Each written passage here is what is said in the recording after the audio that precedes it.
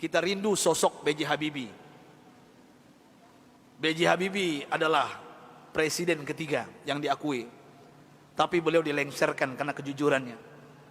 Beliau dilengsarkan karena beliau berjuang untuk bagaimana tidak ada korupsi. B.J. Habibie adalah orang soleh yang kita tahu dalam sejarah, orang hebat, diakui di dunia walaupun di Indonesia disepelekan. Apa yang beliau lakukan walaupun beliau sudah tiada, meninggal dunia? Indah kisahnya, dan saya pun terinspirasi dengan beliau yang hebat ini. Beliau orang kampung dari Makassar, Parepare, suatu ibu kota hari ini, Parepare.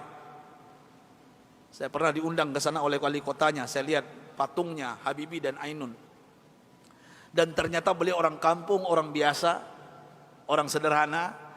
Allah berikan kecerdasan di otaknya. Kenapa? Kita merindukan sosok pemimpin pejabat seperti beliau, yang tidak durhaka kepada orang tuanya, memuliakan orang tuanya, tidak pencitraan belaka. Dan hebatnya lagi ketika beliau ke ITB meloncat kuliahnya. Dan hebatnya lagi ketika beliau melanjutkan studinya ke Jerman. Disinilah saya pribadi mendapatkan inspirasi. Pesawat terbang Bapak Ibu yang kita naik itu, di ketinggian tertentu kalau nggak pas bikinnya bisa retak, Pak.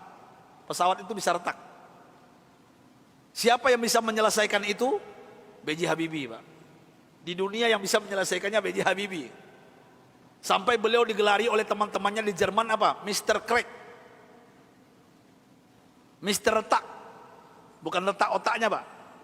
Nah, pejabat kita yang banyak retak otaknya, Pak. Ini maksud saya apa? Pesawat yang retak itu beliau bisa menyelesaikannya. Ini kehebatan Habibie yang mungkin dilupakan oleh bangsa ini. Tapi ada yang lucu, aneh bin ajaib, ternyata beliau bukan orang tercerdas di dunia. Sampai beliau di Jerman, apa yang terjadi? Beliau tidak pernah ranking 1, ranking 2. Beliau ranking 3.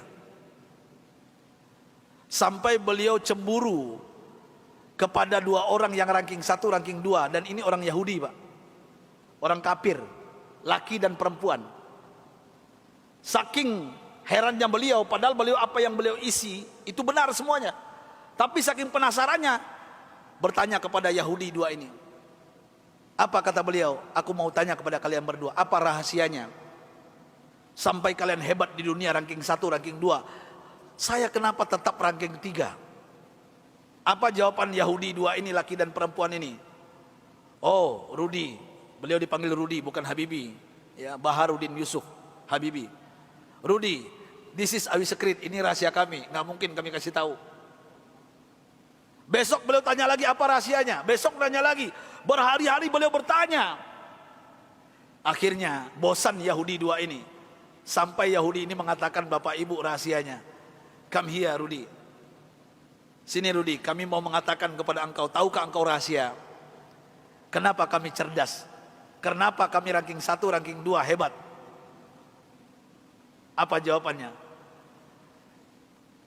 Ini yang membuat B.J. Habibie malu dan meneteskan air mata. Pahlawan yang hebat ini, ketika Yahudi ini mengatakan, kami di sepertiga malam terakhir, jam 3 bahasa kita di Jakarta, bangun.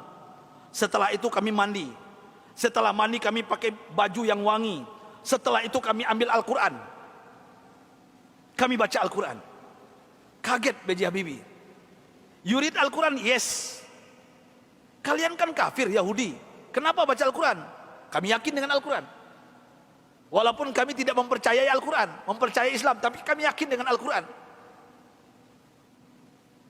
Heran B.J. Habibie, orang kafir Yahudi yang juara 1, juara 2 di Jerman ini, setiap jam 3 pagi mandi, pakai minyak wangi, baca Quran. Apa jawaban mereka? Kami baca Quran. Tahukah engkau, Rudi, setelah kami baca Al-Quran, saraf kami ini rileks, otak kami cerdas, metabolisme tubuh kami dahsyat, imun.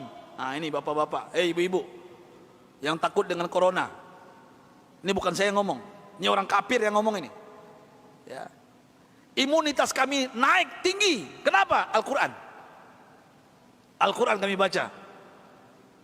Sampai B.J. Habibie nggak yakin, nggak percaya. Apa kata Yahudi berdua ini Bapak Ibu? Kalau kalian nggak yakin, silakan. Surah apa? Kami baca. Ternyata Yahudi berdua ini hafal Quran, Pak. Apa saat itu jawaban B.J. Habibie? Thank you very much, my brother, my sister. Beliau pulang ke kosannya, ke kontrakannya. Sampai di kosan di kontrakan beliau sujud menangis. Rasanya tertampar wajah beliau, malu beliau, padahal beliau beragama Islam, orang kafir. Jam 3 bangun mandi baca Quran. Mulai saat itu bapak-bapak dan ibu-ibu, saya ingin berbicara pahlawan satu ini, orang hebat ini. Mulai saat itu mendengarkan rahasia dari Yahudi yang dua ini, apa yang beliau lakukan? Jam 3 pagi beliau bangun, beliau mandi, beliau pakai baju yang rapi, beliau pakai wangi-wangian, beliau sholat tahajud 8 rakaat, witir 3:11 setiap hari. Setelah itu beliau baca Al-Quran sampai menjelang subuh. Kalau orang kafir tadi nggak sholat karena bukan Islam, langsung baca Quran. Dan apa yang terjadi keajaiban, Bapak Ibu yang dimuliakan Allah Subhanahu wa taala. Allahu Akbar. Keajaiban ini terjadi. Semenjak itu, setelah itu B.J. Habibie berubah menjadi ranking 1. Yahudi yang 2 tadi turun ke bawah. Dan orang Yahudi berdua ini menyesal memberikan rahasia kepada B.J. Habibie. Artinya apa? Kalau ingin merdeka kita di Indonesia, jangan tinggalkan Al-Quran. Kalau ingin sukses anak-anak kita, bapak, ibu, cucu kita, sampaikan kepada mereka Al-Quran adalah obatnya.